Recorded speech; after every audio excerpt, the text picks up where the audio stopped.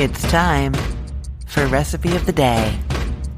Ever since my mom was on this show telling us how she makes her best coleslaw, and then she ended up telling us a whole bunch of other delicious things to make with cabbage, I have been obsessed with cabbage and doing all kinds of things with it. She is totally right. She said she always buys a head of cabbage when she's grocery shopping because it keeps good in the fridge for longer than all the other vegetables. So when she's at the end of her grocery shop, when it's about time to go grocery shopping again, a lot of the other vegetables will have been used up or maybe not in their prime. The cabbage is always nice, and you can add it to soups. You can have it as a side dish, braise it, all kinds of things you can do with cabbage. Oh, you can just put it raw in salads. So cabbage is a great thing to buy, and I have tested and found out that it is wonderful cooked in the air fryer. Now, I will say that when I search for air fryer cabbage recipes, a lot of them have wedges of cabbage or thick slices, and I totally tried that. The thing was that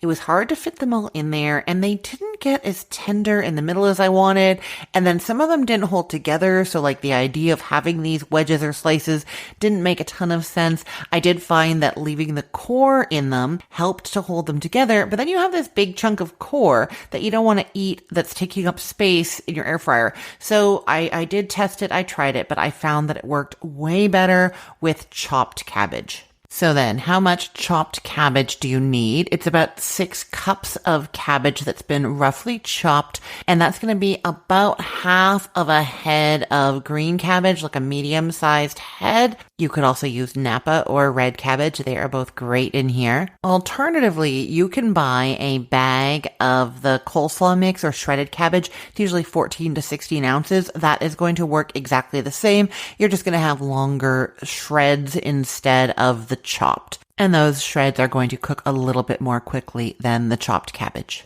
Okay, so now this recipe actually starts with a little sweet butter sauce that has caraway seed in it, and the sweetness helps some of the caramelization to happen for the cabbage, and it's just really tasty. You do not have to do all of that though. You can just do the butter, salt, pepper, and garlic powder. So let me tell you what you're doing. You are getting out a large bowl and you are adding to it 2 tablespoons of melted butter, a tablespoon of honey, half a teaspoon of caraway seeds, half a teaspoon of salt, a 1/4 teaspoon of garlic powder, and an 1/8 of a teaspoon of pepper.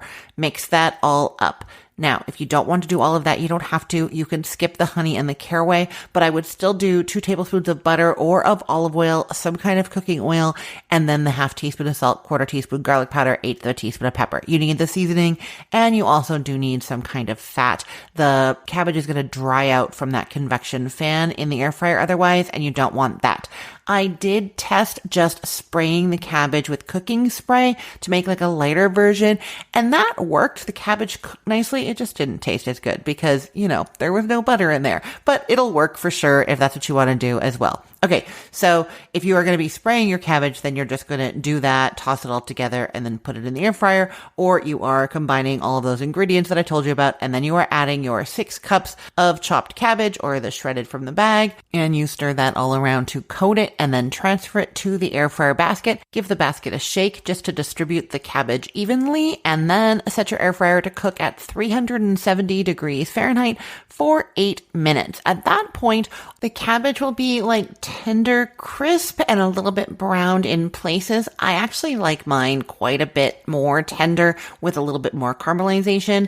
And so if you are like me, you're going to cook it for another 3 to 5 minutes. Just give the air fryer basket a little shake first and then pop it back in there for a little bit longer. At that point, it should be really tender, a little bit caramelized in spots. Give it a taste, add a little bit more salt if you'd like. I usually do want a little more salt at that point, and then serve. It makes enough for about 3 to 4 people.